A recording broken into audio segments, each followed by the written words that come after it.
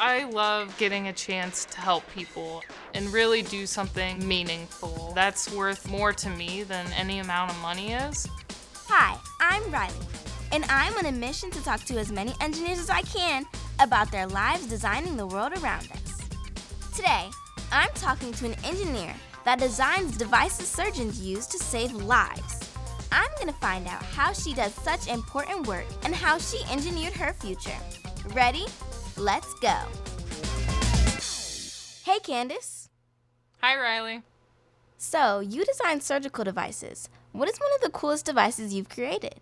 Yeah, so at Ethicon, there's a lot of different devices we work on, but my favorite is an electrosurgical device. Can you tell me more about that? So an electrosurgical device is an instrument that uses electricity, pressure, and time to seal tissue so that you can stop and control bleeding and manipulate tissue. That is pretty cool. So how do you know what device to work on next or when to start another device?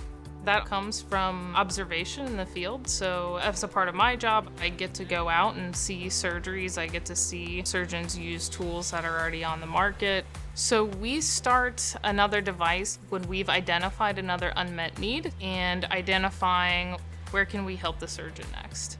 When do you know a device is ready? That's a good question. So we do a lot of mechanical testing in the lab. So, pushing on things until they break so that you can make those different mechanical components stronger.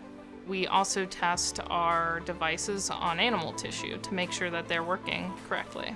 So what got you into designing medical devices? My dad's a pediatrician, so I grew up kind of around the medical field, but I knew I didn't want to be a doctor, but I loved to build things and make things, and I've always had a passion for helping people and really wanting to make this world a better place, and I chose that route with Ethicon as I wanted to work on something that was really meaningful and could make a difference in somebody's life. So I bet to make such important devices, you had to have perfect grades in school. Yeah, that is definitely not true. I was not a straight A or even a B student, so I didn't necessarily have the attention span much for school when I was younger. But what I did have in school was a sense of curiosity, and really that's the core of engineering, is wanting to understand how something works and how you can make something better. I did get to a point in high school and college where I learned, I can apply myself and I can learn the mathematics and the physics and everything else that you need. Those things are very teachable, and as long as you have the curiosity, that really sets you up well for being an engineer. So this is the big question. What gives you the most satisfaction in your career? The most satisfying thing is when you have a really challenging problem to solve and you work with a team to solve that problem.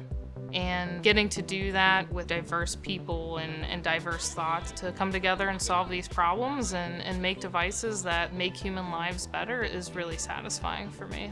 So it's clear that you like helping other people. What are some things you like to do for yourself? What's one of your favorite hobbies? Well, I absolutely love traveling. I love getting lost in a new place because you never know what you're going to discover. I also really love gardening. I love seeing things grow and thrive. And then I really love art as well.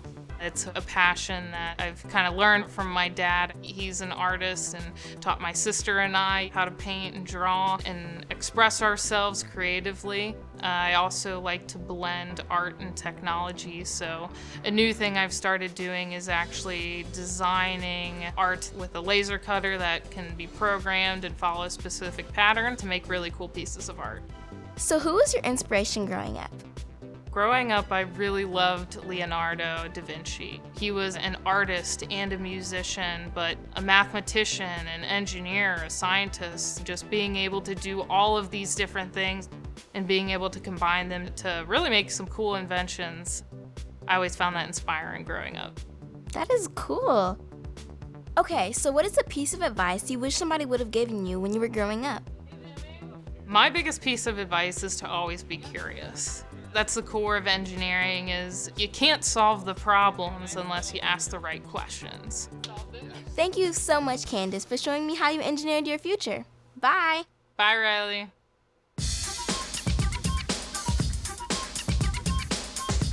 Mission accomplished.